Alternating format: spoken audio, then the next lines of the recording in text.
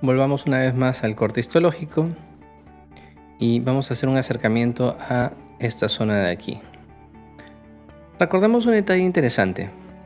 Las señales de diferenciación y de síntesis vienen, como dijimos, de esta zona de aquí que se le llama nudo del esmalte. Por lo tanto, las primeras células en recibir las señales van a ser las células que están en la zona más cercana a este nudo del esmalte. Y las últimas en recibir la señal van a ser las que están en esta zona del asa cervical. Por lo tanto, hay algunas células que van a empezar a formar esmalte antes que otras. Por lo tanto, hay algunas células que van a empezar el proceso de maduración de ese esmalte, mientras que otras están recién formando esmalte. Hagamos entonces un acercamiento a estas células de aquí que todavía no se estarían diferenciando en ameloblastos, sino que estarían aún como epitelio interno. Bien, vemos que son células cuboidales y que están ellas en contacto con una capa de preodontoblastos que están aquí. En este caso no están dibujados, pero están en contacto con los preodontoblastos. Estas flechas van a representar las señales del nudo del esmalte que vienen desde arriba hacia abajo. Y vamos a ver que cuando una de estas avanza, las primeras en diferenciarse van a ser las primeras en recibir la señal, de modo de que se diferencian de epitelio interno del esmalte en ameloblastos presecretores. Continúa el estímulo y ahora estas de acá también se diferencian. El siguiente estímulo sería que inicien la síntesis de esmalte y que se conviertan en ameloblastos secretores iniciales. Y vemos que lo hacen también en orden, unas primero y después las otras. Recordemos que los ameloblastos secretores iniciales no tienen proceso de Thomes, por lo tanto van a formar un esmalte aprismático. Lo que van a hacer entonces es responder a la formación de una predentina primero, y al formarse predentina ellos van a empezar a formar este esmalte aprismático inicial. Inicialmente van a colocar una matriz del esmalte, que básicamente son proteínas como amelogeninas, enamelinas, entre otras, y esta casi inmediatamente se va a mineralizar hasta un 30%. Recordemos que este esmalte aún es un esmalte inmaduro. La señal del nudo del esmalte continúa y vamos a ver cómo ahora desarrollan estas de acá su proceso de Thomes y comienzan a formar de manera ordenada estos cristales de hidroxiapatita, formando así un prisma del esmalte a partir de este momento. Y también van a ver que se forma este esmalte interprismático. Entonces, a partir de aquí, cuando ya existe el proceso de Thomes, se empieza a formar cada ameloblasto un prisma del esmalte y el esmalte interprismático. Y ya tenemos un esmalte con una estructura mucho más desarrollada y estable. Estas que han recibido la señal después están formando recién su esmalte aprismático. Conforme continúe la señal, estas van a continuar su formación de prismas y estas van a comenzar a formar ya también prismas del esmalte al haber desarrollado el proceso de Thomes. Pero vemos que un grupo está siempre por delante de otro. Y eso va a generar que vayan pequeñas líneas de diferencia entre los momentos en que se están formando las distintas partes del esmalte. Estas líneas van a representar unas líneas incrementales que vamos a ver y que vimos anteriormente en el corte sagital lateral del diente.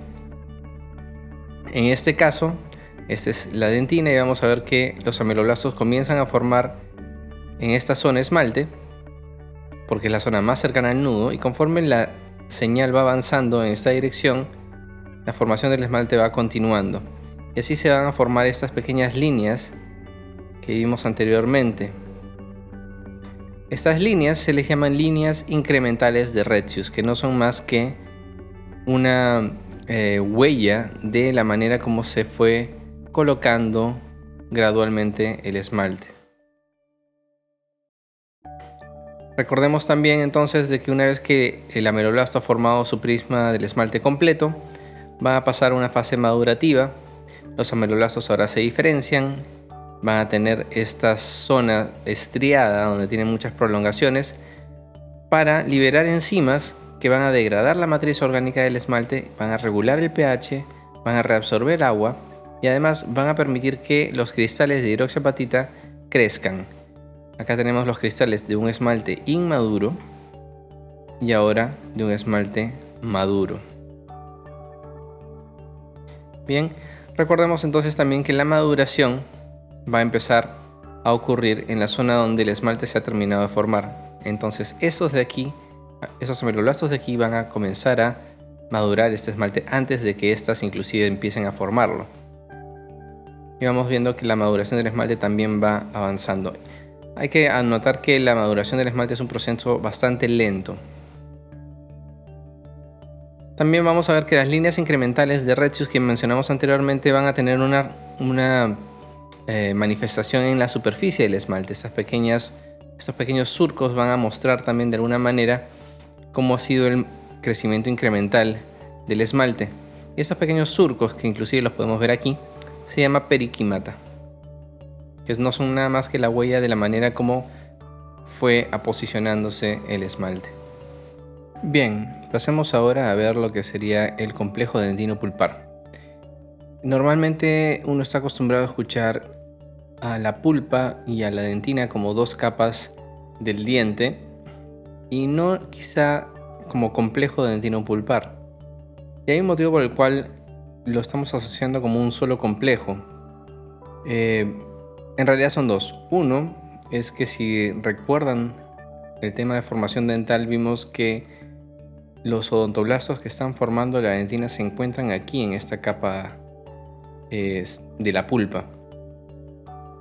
Además, recordemos que esto vino del mismo tejido formador. En este caso, ambos tejidos derivan de la papila dental. Y lo otro es que si hacemos un acercamiento a esta zona de aquí, vamos a notar que están bastante interrelacionados ambos tejidos. Esta de aquí es la capa más superficial de la pulpa donde encontramos a los odontoblastos y esta es la capa de dentina. Vamos a notar también que en la dentina hay unas líneas que van en este sentido y otras que van en este sentido. Bien, similar al esmalte.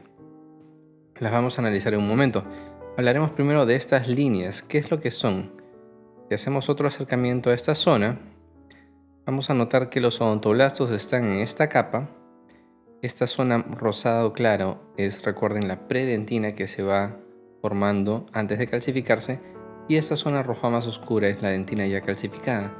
Vamos a notar que aquí están estas líneas, y si pudiéramos hacer un acercamiento aún mayor, lo que notaríamos es lo siguiente, que los odontoblastos tienen una prolongación que está metida dentro de la dentina. Básicamente, la dentina tiene un montón de túbulos, pequeños túbulos dentinarios, donde están estas prolongaciones odontoblásticas de los odontoblastos prácticamente en todo el espesor de la dentina.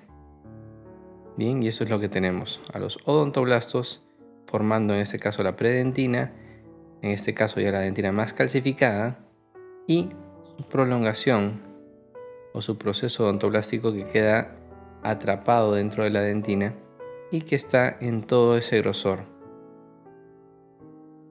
Debajo de estos odontoblastos vamos a encontrar el tejido pulpar, donde hay vasos sanguíneos, fibras colágenas, nervios y básicamente tejido conectivo laxo.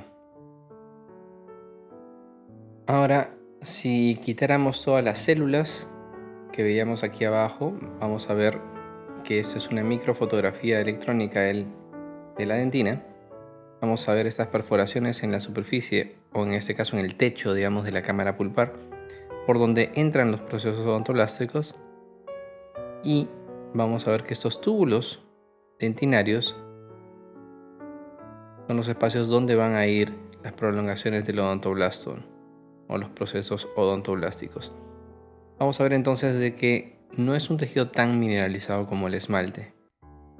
El tejido inorgánico representa un 70%, el tejido orgánico 20% y hay un 10% de agua en la dentina. Entonces es un tejido menos mineralizado, más flexible, y sobre todo que dentro de él están atrapados estos procesos odontoblásticos que van a servir para mantener la dentina y de alguna manera como un sistema de comunicación entre lo que pueda estar pasando o ocurriendo en las capas más superficiales o más cerca al esmalte de la dentina. Si analizamos estos túbulos dentinarios, vamos a en realidad notar distintas calidades de dentina. El agujero es el túbulo dentinario donde va a estar el proceso odontoblástico, y vamos a encontrar una dentina peritubular, que es la que está rodeando al túbulo, y una dentina intertubular, que es la que está, digamos, en los espacios que separan estos túbulos. La dentina peritubular viene a ser una dentina más calcificada y que está periférica entonces al túbulo dentinario, y la dentina intertubular es una dentina menos calcificada. Vemos de alguna manera de que la dentina es un tejido también permeable, porque estos espacios, estos túbulos dentinarios van a permitir el paso de fluidos, inclusive el paso de bacterias a través de ellos. En un corte a lo largo del túbulo dentinario vamos a notar también la dentina intertubular y la dentina peritubular más compacta. En este caso más compacta o menos calcificada en el caso de la intertubular. Y evidentemente el espacio del túbulo dentinario, que como decíamos va a ir desde la pulpa hasta la superficie en que se contacta con el esmalte. Este límite esmalte dentinario. Básicamente eso es un esquema de cómo se vería la célula, su proceso odontoblástico, que se sabe que tiene ramificaciones. Inclusive se piensa que puede haber contacto y comunicación entre estas células a través de sus procesos odontoblásticos. Vamos a encontrar, recuerden siempre, una capa de predentina, que es una matriz de dentina no calcificada aún. Vamos a encontrar una dentina ya madura y la dentina peritubular aquí en amarillo, que está rodeando el túbulo dentinario. Esta A representa entonces a la dentina intertubular. Interesante aquí notar que encontramos el esmalte y que en ocasiones prolongaciones de estos odontoblastos van a estar dentro del esmalte. Esta línea de aquí representa la unión entre el esmalte y la dentina. Y así es como se ven estas prolongaciones de los odontoblastos que quedan atrapadas en el esmalte. Estas estructuras se les llama penachos. Vamos a notar también algo interesante en esta unión amelodentinaria, es decir, el límite entre el esmalte y la dentina, es que tiene una forma fenestrada. Bien, vamos a ver los penachos. Vamos a ver esta fenestración. Este límite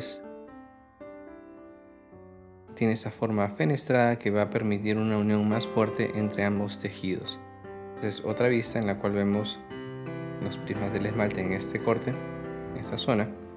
Y aquí están los penachos y los túbulos dentinarios que contienen el proceso odontoblástico. Acá vamos entonces a notar los túbulos dentinarios. Hay un trayecto sinuoso del túbulo dentinario, y esto se cree que es debido a que, recordemos que los odontoblastos empiezan en esta zona a formar dentina, y al contrario de los ameloblastos que se alejan, comienzan a acercarse cada vez más hacia la pulpa, lo que significa que cada vez el espacio entre ellos se tiene que hacer más pequeño, se tienen que apretar para llegar a esta zona. Inclusive algunos odontoblastos mueren en el trayecto para permitir entonces que se acomoden en un espacio mucho más pequeño, que es la superficie de la cámara pulpar. Y así es que vamos a notar que cuando más cerca al esmalte estemos, vamos a tener mayor cantidad de dentina intertubular y menor cantidad de concentración de túbulos dentinarios en un área específica, como notamos aquí. Conforme los odontoblastos han ido migrando hacia la zona más alejada del esmalte y hacia la pulpa, vamos a notar que tienen este trayecto. Por lo tanto, conforme vayamos yendo a zonas más profundas, la concentración de túbulos dentinarios es mayor. Por lo tanto, podemos decir que la dentina es menos permeable en las zonas más cercanas al esmalte y conforme más se acerque a la pulpa va a ser más permeable a agentes irritantes o patógenos. Un detalle más acerca de los túbulos dentinarios. Acá tenemos un túbulo dentinario. Lo blanco representaría al proceso odontoblástico, la dentina peritubular y la dentina intertubular. Conforme va pasando los años y la edad, los procesos odontoblásticos van a seguir sintetizando dentina peritubular, de modo que cada vez se hacen más pequeña la luz y más delgado la prolongación del odontoblasto en el centro hasta que se puedan llegar a obliterar por completo estos túbulos con esta dentina, que se llama dentina esclerótica. Se ve es que la formación de esta dentina cuando hay algún agente patógeno estimulando negativamente al odontoblasto y para protegerse sintetiza esta dentina esclerótica dentro de los túbulos, pero también es parte de un proceso normal. Entonces no es necesario que haya un agente patógeno para que exista dentina esclerótica. Puede ser un proceso normal del envejecimiento del diente.